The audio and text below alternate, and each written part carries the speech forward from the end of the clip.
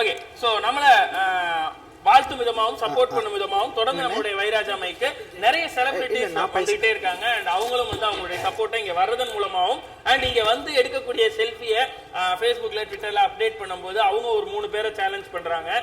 So அந்த 3 பேரும் இங்க வர்றதுக்கான வாய்ப்பு இருக்கு. இல்லை அந்த 3 பேரும் ஓட் பண்றதை வலியுறுத்தியாவது இந்த விஷயத்தை ஷேர் பண்ணணும் அப்படின்றதான். ஸோ அப்படி இப்போ வந்திருக்கக்கூடிய செலிபிரிட்டியை பத்தி சொல்லணும் அப்படின்னா, ஏற்கனவே இப்போ இதுக்கு முன்னாடி வந்த செலிபிரிட்டி ஆக்சுவலா நாமினேட் பண்ண 3 பேர்ல இவரும் ஒருத்தர். சோ அவர் நாமினேட் பண்ணி அடுத்த கொஞ்ச நேரத்திலேயே இவர் வந்து வரையன்னு சொல்லிட்டாரு. அண்ட் ஆதித்யா தொலைக்காட்சியில நீங்க பாத்திருப்பீங்க, டாடி எனக்கு ஒரு டவுட் மூலமா இன்னைக்கு வந்து உலக மக்கள் அத்தனை பேருக்கும் பரிச்சயமா இருக்கக்கூடிய டாடி திண்டுக்கல் சரவணன் அவர்கள் இப்ப வெள்ளித்திரையிலும் ஜொலிச்சுட்டு இருக்காரு அண்ணன். சோ அவரை வரவேற்கிறோம். நல்லா கை தட்டலாம். ஸ்மைல் சேட்டை சார்பா, ட்ரெண்ட் லோட் சார்பா நந்தினி கொடுக்குறாங்க. அப்பதான் சொல்லுவானுங்க எல்லாம். இது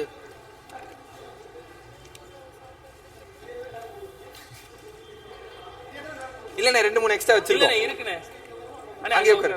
மைக்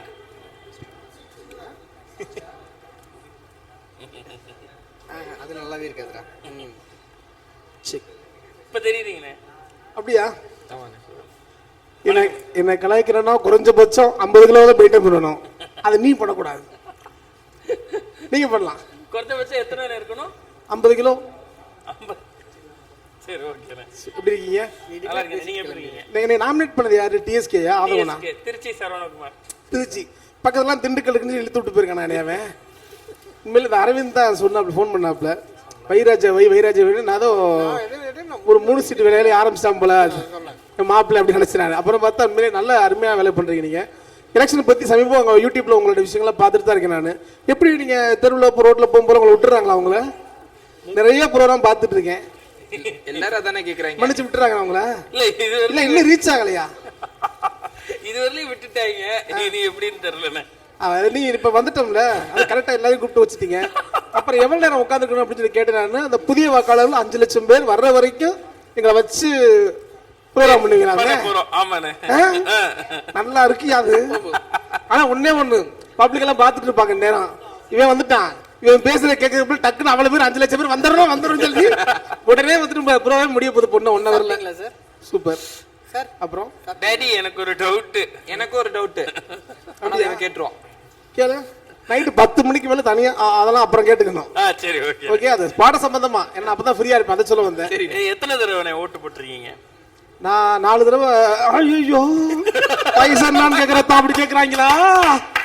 18 + 4 5 20 30. அப்படி இடம் எம்பி எலெக்ஷன் வருது இல்ல, அதெல்லாம் சேர்த்துக்க. அப்படியே சுதந்திரமான காலத்துல இருந்து எடுத்து விட்டுறது. அப்படியே ஓட்டு போட்டிருக்கேன். ஒரு 4-5 தடவை 4 தடவை போட்டிருப்பேன். ஆமா. புதுசா ஓட்டு போட வர்றவங்க உங்க ஸ்டைல்ல ஓட்டு போட சொல்லணும்னா எப்படி சொல்லுவீங்க? ஓட்டு போட ஸ்டைல்ல ஓட்டு போட வர்றதே ரொம்ப பெரிய விஷயம். உங்க ஸ்டைல்ல, டாடி ஸ்டைல்ல இல்ல? டாடி ஸ்டைல்லையா? திண்டுக்கல் சரவணன் ஸ்டைல்ல. அவர் கேள்வி கேட்டா சொல்லுவார். ராஜ்கிரண் ஸ்டைல்லையா? கெட்ட வார்த்தை மட்டும் வேணாம், எப்படி போட்டுக்கலாமா? இப்ப போடவும் முடியாதுன்னு அவர் லைவ்ல வர போயிட்டு இருக்கு. ராஜ்கிரண் ஸ்டைல்ல சொல்லணும்னா என்ன சொல்லலாம்? அம்மா அழைக்கலாம், பெரியம்மா அழைக்கலாம். அதாவது இந்த காலத்து இளைஞர் நல்லா இருக்காங்கன்னா பெத்தவங்க தான் காரணம். உங்க பிள்ளைங்க வந்து ஸ்கூலுக்கு போட்டாரா காலேஜுக்கு போனாலும் பார்த்தீங்கல்ல, அவன் ஓட்டு போற ஒவ்வொன்றும் உங்களோட கடமை அப்படின்னு பிள்ளைங்களுக்கு சொல்லி கொடுக்கணும். சரியா? எலெக்ஷன் கமிஷன் செய்யற வேலையை இந்த தம்பியை பண்ணிட்டு இருக்காங்க இல்லையா, அவங்களுக்காக உங்க ஓட்டை போட்டுருங்க. எப்படி எந்த ஸ்பாட்டுக்கு ப்ரோக்ராம் பண்ணாலும் அவங்களுக்கு ஒரு ட்விஸ்ட் வச்சு அப்படி பண்ணிடுது. இப்ப சேனலுக்கு போனா இந்த சேனல்ல தான் அது அப்படின்னு. அந்த பக்கம் எதுக்கு லிப்பு தனியா ஒதுங்குச்சு? வேற வாய்ஸ் கேட்டு விட்டாங்க ஆப்போசிட்ல இருந்து. ஜெய் வாய்ஸ் மாதிரி சூப்பரா பேசிங்க சொன்னாங்க. அவன் ட்ரை பண்றான். தம்பி என்ன சொல்றான்னா, நீ ராஜ்கிரண் மாதிரி பேச சொல்லணும், உனக்கு வரல, ஜெய் மாதிரி பேசு, அதுவாது வருதுன்னு சொல்லி கட்டாயப்படுத்தி சொல்றாங்க அப்படின்றாங்க. வேற ஒண்ணும் இல்ல. ஆனா ராஜ்கிரண் செம்ம சூப்பர் வாய்ஸ் இது அப்படிலாம் போட்டிருக்கீங்க. அப்படியே ராஜ்கிரணை பாத்துட்டேன். ஆனா இல்ல போட்டிருக்கேன். பாடி வச்சு சொல்றாங்களா வாய்ஸ்னே? வரும்போது கூட நல்லி எலும்பத்துல சாண்ட்விச் தான் கொடுத்தீங்க, அதே நான் சாப்பிடல. நானு ஜெய் ஸ்டைல சொல்லலாமா? ஜெயினே. ஹலோ, நாங்க எப்படி ஒரு கேள்வி கேட்டு போட்டு பொண்ணுகிட்ட வர மாட்டீங்களாப்ல? யாருங்க பாருங்க, நானும் என் கை கஷ்டம் போட்டு செலவு பட்டு வந்து ஓட்டு கேட்டு வந்துக்கிறேன். நானு மறைக்காம போட்டு போடுங்க. ஆனா நல்லவங்களுக்கா பார்த்து போடுங்க. ஓகே, எங்க எனக்கு அரசியல்வாதினா தாங்க போய், மத்தபடி எலெக்ஷன்ல ஓட்லாம் ஈஸியா போடுவாங்க. பாய் பாய் பாய். அது அப்படியே இங்கிலீஷ்ல சொல்லிருங்க. இங்கிலீஷா? ஏன்னா எல்லா ஃபாரின்ல இருந்தா ஃபுல்லா வாய்ஸ் கேக்குறாங்க. ஓ, they are all English want from me, my mouth, you know. Okay, so all young girls, youth boys like me, like us, so all put your vote in vote box. Please put the my Vairaja my. ஓ, அப்படி. ரொம்ப சந்தோஷம்ண்ணே. வேற ஏதாவது உலக மக்களுக்கு நீங்க உலக மக்களுக்கு என்ன சொல்றது? அது என்னன்னா வேணாம் வேணாம் வேணாம் வேணாம். இவ்வளவு நேரம் வந்து நம்மள மிமிக்ரி பண்ணி அவரு பிராக்டிஸ் பண்ணிருக்காப்ல செந்தில் வயசுல. இப்ப ஏன்னா செந்தில் குழந்தை வயசுல பேசுனதுல இருந்து இப்ப யாருமே குழந்தைங்க வயசே பேசுறது விட்டாங்க. இதுக்கு முன்னாடி வேலை பண்ணிட்டு இருந்தாப்ல, குழந்தை வயசு குத்தகைக்கு எடுத்து வச்சிருந்தாப்ல. அரவிந்த் ஒரு கேரக்டர் பாத்திருக்கீங்கல்ல? பாத்திருப்பீங்க. 42 வயசு இன்னும் குழந்தை வயசு போடுறாப்ல. அவ்வளவு ஒரு அற்புதமான கேரக்டர். அவன் குழந்தை வயசு நம்ம செந்தில் போட்டதுல இருந்து இன்னும் யாரும் குழந்தை வயசு பேசுறது இல்ல, அப்படி விட்டாச்சு. ஓட்டு போடுற நம்ம யங் ஜெனரேஷனை பொறுத்த வரைக்கும் என்னன்னா, நிறைய பேர் வந்து இந்த குரூப் அவங்களை திட்டுவாங்க, அவங்க இவங்களை திட்டுவாங்க. அதில் நம்ம கவனிக்க வேண்டியது என்ன அப்படின்னா, எது வந்து நமக்கு வேணும் தேவை அப்படின்னு எல்லாருமே ஒன்று பார்ப்பாங்க. ஆனா கண்டிப்பா சமுதாயத்துக்கு இவன் தேவையில்லாத நடப்பது இல்லையமா, அதை நீங்க முடிவு பண்ணிருங்க. நீங்க யாரு வரணும்ன்றத விட யாரு வரக்கூடாதுன்னு தெளிவா இருங்க. ஏன்னா எல்லாருமே யூத்தை கவர் பண்ணி தான் பண்றாங்க. இதுக்கு சும்மாவா சொல்லிடுறது இளைஞர் கையில இளைஞர்கள் கையில தான். ஆனா அந்த இளைஞர்கள் செஞ்சிருப்பாங்களா அப்படின்றதுலாம் பெரிய டவுட். டேடி எனக்கு ஒரு டவுட்ல நான் வந்து ஒரு டவுட் ஒன்று போட்டிருப்பேன். நான் இவன்ட்ட செந்தில்கிட்ட சொல்லுவேன், நான் டே ஒவ்வொரு மனுஷனும் கரெக்டா வந்து வருமான வரி கட்டிடணும்டா. வருமான வரி அடினா ஒரு லெவலுக்கு வந்து வருமானம் வந்து சம்பாதிச்சுக்கிறத நம்ம வச்சுக்கலாம். அளவுக்கு அதிகமா வருமானம் வரும்போது ஒரு 10%, 20%, 30% டாக்ஸ் இருக்குடா, அந்த வருமான வரி கட்டணும். அது ஒவ்வொரு குடிமகனோட கடமை அப்படின்னு சொல்லுவேன். அதுக்கு செந்தில் கேட்பான், டேடி எனக்கு ஒரு டவுட் அப்படின்னு. வருமான வரி கட்டினா சிறந்த குடிமகன் சொல்றீங்க, ஓகே. இப்போ வருமானம் வந்து நீங்க கஷ்டப்பட்டு உழைச்சிங்க சம்பாதிச்சிங்க, இப்போ டாக்ஸ் கட்டணும். ஆனா கஷ்டப்பட்டு நம்ம வந்து பிச்சை எடுத்து ரோட்ல சாப்பாடுக்கே அலையும் போது வருமானம் வரும்போது வரி கேட்கிற அந்த கவர்மெண்ட் நமக்கு ஏதாவது போட்டாங்களா அப்படின்னு கேட்டான். அதை நான் போட்டு சென்சார்ல கட்டும் பண்ணிட்டாங்க. ஆமா, வரல. இப்ப நான் போட்டேன். ஏன் தெரியுமா, நீ பேசுற விடையா நான் சென்சார்ல பேசிட போறேன். அவ்வளவு பேச்சு பேசுற உடனே பல கட்சிக்காரங்க தேடிட்டு இருக்காங்க. பொதுவான ஒரு பையன். நீங்களும் உங்களையும் தேடுவாங்க இல்ல இந்த வாய்ஸ்க்காக. ஒளிர ஆள் ஓடி ஒளிர ஆள் இல்ல, ஏன்னா இடம் இல்ல. அண்ணே ஒரு சின்ன இது நிறைய பேர் சொல்லியிருக்காங்க, காக்கா ராதாகிருஷ்ணன் சார் வாய்ஸ் வந்து நீங்க அருமையா பேசுங்க. ஏன்னா நிறைய பேர் அந்த மாதிரி பேசுறது கிடையாது. நிறைய பேர்லாம் சொல்லல, அங்க இருந்து எழுதி கொடுத்துருக்காங்க. இந்த பொண்ணு ஒரு பழைய பொக்கையை கொடுத்துட்டு திரும்ப அடுத்த கெஸ்டுக்காக வந்து வாங்கிட்டு போச்சு. அந்த பொண்ணு இப்ப கொடுத்த நான் ஏதோ எக்ஸ்ட்ரா நல்ல கேள்விகளை எழுதி கொடுத்துருப்பேன்னு நினைச்சேன்.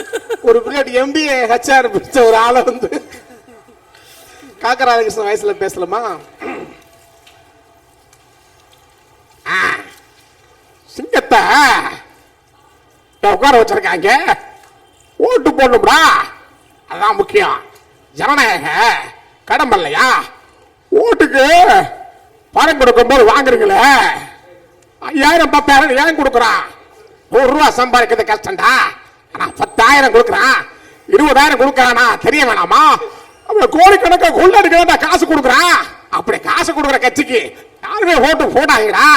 அப்பதான் நீங்க சிங்க குட்டி. சூப்பர். ஏன்னா எப்படி பார்த்தாலும் ஓட்டுக்கு காசு கொடுக்குற யாருமே தப்பானால தான் இருப்பாங்க. அதனால சொன்னேன் நான். எப்படி ஒவ்வொரு வாய்ஸ்ல ஒவ்வொரு மெசேஜ் தானே, மெசேஜ் தான் சொல்லி கொடுத்து அனுப்புறது தானே. பாத்தீங்களா, வாய்ஸ் மாதிரியே மெசேஜ் சூப்பரா வருது அப்படின்னு சொல்றாங்க இங்க இருக்கவங்க. பாரு, இதே ரொம்ப நேரமா இங்க இருக்கவங்க எல்லாரும் நிறைய பேர் கேக்குறாங்க அப்படின்னு யாரும் அவருக்கு நியூஸ் வரும் பாருங்களேன். என்னன்னா இப்படியே காத்தால வரக்கூடிய நியூஸ இங்க பாத்து கேக்குற மாதிரி, அப்படி அந்த எட்டி பாத்து கேக்குற மாதிரி, யோசிச்சு கேக்குற மாதிரி அந்த வாய்ஸ் கேட்கலாம் அப்படின்னு சொல்லி. நம்ம அவரும் பாவம் டிவியில் நம்ம ஏதாவது ப்ரோக்ராம் பண்ணா பாப்பாப்ல ஏதாவது. இவன் ப்ரோக்ராம் பண்ணி ரொம்ப நாள் ஆகி போச்சு, இவன் என்ன வயசை கேட்கறதுன்னு தெரியல, இவன் வயசையும் மறந்துருப்பான் அப்படிங்கிற ஒரு இல்லண்ணே. உண்மையிலே ரொம்ப சந்தோஷம்ண்ணே.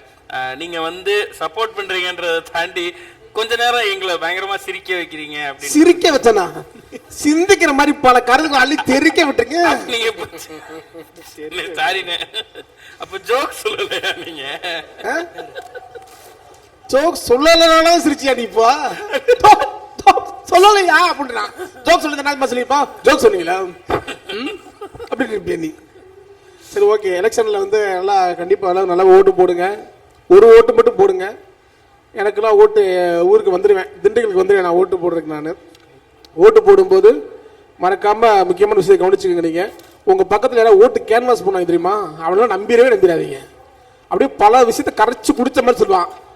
இப்போ என்னன்னா, ஒரு டிவியில் ஒரு ஆள் இருக்காப்புல, இந்த மாதிரி கோட்டு போட்டு வருவாப்புல, இங்க பாருங்க உங்களோட பீரியட்ல சொன்னீங்க தெரியுமா, உங்க பீரியட்ல அதுக்கு நான் கேட்டா அப்படிலாம் பேச போறோம், எமோஷனல் கேள்வி கேட்பாப்புல. அப்பெல்லாம் முதல்வன் படத்துல ஒரு மாதிரி பேட்டி கேட்டாங்க, அதெல்லாம் கொஞ்சம் ரசிக்கிற மாதிரி இருந்துச்சு. இப்போ வந்து திட்டம் மாதிரி கேட்கணும், அரசியல் திட்டம் மாதிரி கேட்டா அவன் ரொம்ப ஃபேமஸான அறிவாளி அர்த்தம். என்னடா அவன் புத்திசாலின்னு தெரியாது, ஒரு பதில் சொல்லுமே டக்கு ஒரு கேள்வி கேட்டா மடக்கிட்டாப்லையா, நம்மால் மடக்கிட்டாப்லையா இவன். இப்படியே நம்ம வந்து அடுத்த கைத்தட்டு இப்படி ஆயிட்டு. ஒரு விஷயம் என்னன்னா, இப்படிப்பட்ட ஆள்ல கருத்து கணிப்பு பண்றதுனால பல பேர் கருத்து கணிப்பு பண்ண ஆரம்பிச்சுட்டான். அவங்க தான் வருவாங்க, என்ன பேசுறீங்க 10% அவங்களுக்கு இருக்கா, 8 இவங்களுக்கு இருக்கா, 6 இவங்களுக்கு இருக்கான்னு. ஓட்டு போட்டு காய்கறி விற்கிற தக்காளி விற்கிற அம்மாவுக்கு இந்த பெர்சன்டேஜ் போட்ட புள்ளிகள் எதுவுமே தெரியாது. அதனால கணக்கு போடுறதுனால எதுவும் மறந்துருங்க. நீங்க அவன் சொல்லும் போது தெரிஞ்சிடும், இவங்களுக்கு ஓட்டு போடுவோம் தான் இந்த மினிஸ்டர் வந்து நல்லா பாத்துக்குவாரு, இந்த எம்எல்ஏ வந்து நமக்கு பாத்துக்குவாருன்னு சொல்லுவாங்கல்ல. அதை வச்சு இதெல்லாம் சுயலாபத்துக்காக நிறைய பேர் சொல்லுவாங்க. மக்கள் வந்து இப்போ புதிய யங் ஜென்ரேஷனுக்காக நம்ம பேசிட்டு இருக்கோம். நம்ம நீங்க மனசு முடிவு பண்ணா மட்டும்தான் எல்லாருமே எல்லா விஷயங்களும் இங்க மாறும். ஏன்னா நிறைய வந்து அவன் மாத்த வருவான் பாருங்க, எல்லாருமே நினைக்கிறாங்க புதுசா ஒருத்தன் வரணும்டா நினைக்கிறேன். புதுசா நான் கிளம்பி வரேன்டா அப்படி அவன் வரவே மாட்டான். எல்லா தொண்டைங்களுக்கும் எல்லாருக்குமே ஒரு நல்ல தலைவன் தான் எப்பவுமே தேவைப்படுறான். அந்த தலைவர்களாக இப்போ நிறைய பேர் நம்ம எதிர்பார்த்துட்டு இருக்கோம். அந்த தலைவர்களும் அந்த கண்டிப்பாக எதிர்பார்ப்பு பூர்த்தி பண்ணுவாங்கன்னு நினைக்கிறேன் நான். ஸோ யங் ஜெனரேஷன் கண்டிப்பாக உங்களோட வாக்கு பதிவு பண்ணுங்க. நீங்க கை தட்டி விட்டாங்க, நான் வெளியே போக சொல்றாங்கன்னு நினைக்கிறேன். ஸோ நான் கிளம்புறேன், அவ்வளோதானா? ரொம்ப சந்தோஷம், தேங்க்யூண்ணே. இப்போ ஒரு செல்ஃபி ஒன்று எடுத்துக்குவோம் நம்ம. டெஃபினெட்லி யார் வரா? நான் தான். நீ அப்செட் ஆயிட்டாரு. கடைசி வரைக்கும் என்னை பேச்சலரா வச்சிருக்கிறே அவங்க எப்பளப்பா போச்சு. வாங்கம்மா, பொண்ணுங்க வாங்கம்மா. டீம்ல பொண்ணுங்க வாங்கம்மானா நான் டேடி, எனக்கு பொண்ணுங்களா அவங்க பொண்ணுங்கெல்லாம் வாங்கம்மா, அண்ணன் கூப்பிடுறாரு அப்படின்னு பழக்கி வச்சிருக்கீங்களா அண்ணே? டிஎஸ்கே என்ன வந்து உங்களை வந்து நாமினேட் பண்ணார்ல, அந்த மாதிரி நீங்க ஒரு 3 பேரை நாமினேட் பண்ணனும்னா யாரை நாமினேட் பண்ணுவீங்க? 3 பேர் நாமினேட் பண்ணலாம், அவங்க தான் பண்ணிருக்கணும். அசார் வந்துட்டு போயிட்டானா? அசார் சொல்லியாச்சு, அவர் சொல்லிட்டாரு, நாமினேட் பண்ணிட்டாரு. யாரு? டிஎஸ்கே அதே பண்ணிட்டானா? நான் நம்ம பண்ண வேண்டிய எல்லாத்தையும் அவங்களே பண்ணிட்டா என்ன பண்றது? ஃப்ரெண்ட்ஸ் வந்திருக்காரு, தஞ்சாவூர்ல இருந்து கிரிக்கெட் கார்த்திக் வந்திருக்காரு, கிரிக்கெட் போர்டு ஜாயின்ட் செக்ரட்டரி. அவரோட பெரிய ஃபேன் நான், கிரிக்கெட் பிளேயர் அவரு. எப்படின்னா வந்து நம்ம நம்ம இன்டர்நேஷனல்ல வந்து கேம் விளையாண்டு ஜெயிச்சிருக்க வேண்டிய ஒரு ஆள், அதே அரசியலால தான் அவரால் வர முடியாமல் போயிடுச்சு. எங்களுக்கு வந்து நாங்க அவரோட பிளேயெல்லாம் பார்த்து மிரண்டிருக்கோம். இப்பயே விளையாடுவாரு, 6 பால் 6 6 அடிக்கிறதா ரொம்ப இதா இருக்கும்ல. இந்த பால் உங்களுக்கு எங்க அடிக்கணும்னு கேட்டு அப்படி அடிப்பாரு. அவ்வளவு பெரிய ஃபேன் ஒரு கிரிக்கெட்ல. பாத்தீங்களா, பேசிக்கிட்டு படக்கம் வந்துட்டா இருப்பாங்களே, இங்கதான் இருந்தேன் அப்படிங்கிறாரு. உங்களை பத்தி கேள்வி கேட்பாங்க, நீங்க பதில் சொல்லிருங்க. கேள்வி பதிலா இல்ல சார், இல்ல நம்ம கம்பெனி பத்தி என்னத்த பேச அப்படிங்கிறா. சரி ஓகே, நீங்க யார நாமினேட் பண்றீங்க அதை சொல்லுங்க. நான் யார் நாமினேட் பண்ணா, ரோபோ சங்கர் வந்து கோயம்புத்தூர்ல இருக்காப்ல, ஓகே வந்துறாரு. கோபாலகிருஷ்ணன் நாமினேட் பண்ணிடுறேன். ரோபோ சங்கர், ஆமா. அதுக்கு அடுத்து வடிவேல் பாலாஜியை நாமினேட் பண்றேன். வடிவேல் பாலாஜி பட்டினை பார்த்து வந்துகிட்டு இருக்காப்ல ஆந்துவே, அதனால இப்ப என்னை பார்க்க தான் வர்றான். நடிகர் விமல் நாமினேட் பண்றேன். யாரு? நடிகர் விமல். ஆமா, சூரியன் சொல்றாப்ல. இப்ப நான் சொல்லிருவேன், எதுக்கு என்னை மாத்தி விட்டீங்க பாருங்க, நீங்க போனா நீங்க மட்டும் போயிட்டு வந்திருக்க வேண்டியது செல்லாம் அப்படின்னு பாப்பல. Please help me. எல்லாருமே சூர்யா மாறிட்டாங்க. ஒரு வாய்ஸ் எடுத்தா அப்படி எல்லாரும் போட்டு பேசிட்டு இருக்காது. ரைட், சரி ஓகே, ஒரு செல்ஃபினே வாங்க செல்வி எங்க? செல்வி வாங்க, செல்விங்க வாங்க. செல்வி நீங்க என்ன அண்ணா இப்படி? நான் ரொம்ப ஷை டைப். அது இல்லனே, இது ஓட்டு போடுறது. ஓகேண்ணே, சூப்பர்ண்ணே. ஒரே போட்டோ தானே? 2 போட்டோண்ணே. 2 போட்டோ, ஓகே. சார் 5 லட்சம் பேர் வந்து குயிக்கா நீங்க போன் பண்ணிட்டீங்கன்னா அதுக்கு எனக்கு பின்னாடி 3 பேர் தப்பிச்சிருவாங்க. 4 நம்பரோட படக்கு நாமினேட் பண்ணிட்டேன். எனக்கு பின்னாடி ஆடி வசந்தி வரும் அப்படிங்க பெரிய ரோபோ சங்கர்லாம், அவர்லாம் நாமினேட் பண்ணி செலிபிரிட்டி கிடைக்க மாட்டாங்க. அதுக்குள்ள நீங்க 5 லட்சம் பேர் டக்குன்னு வந்துருங்க. இந்த ஷோ வந்து வெற்றிகரமா அடைய வாழ்த்துக்கள் விக்னேஷ்காந்த்.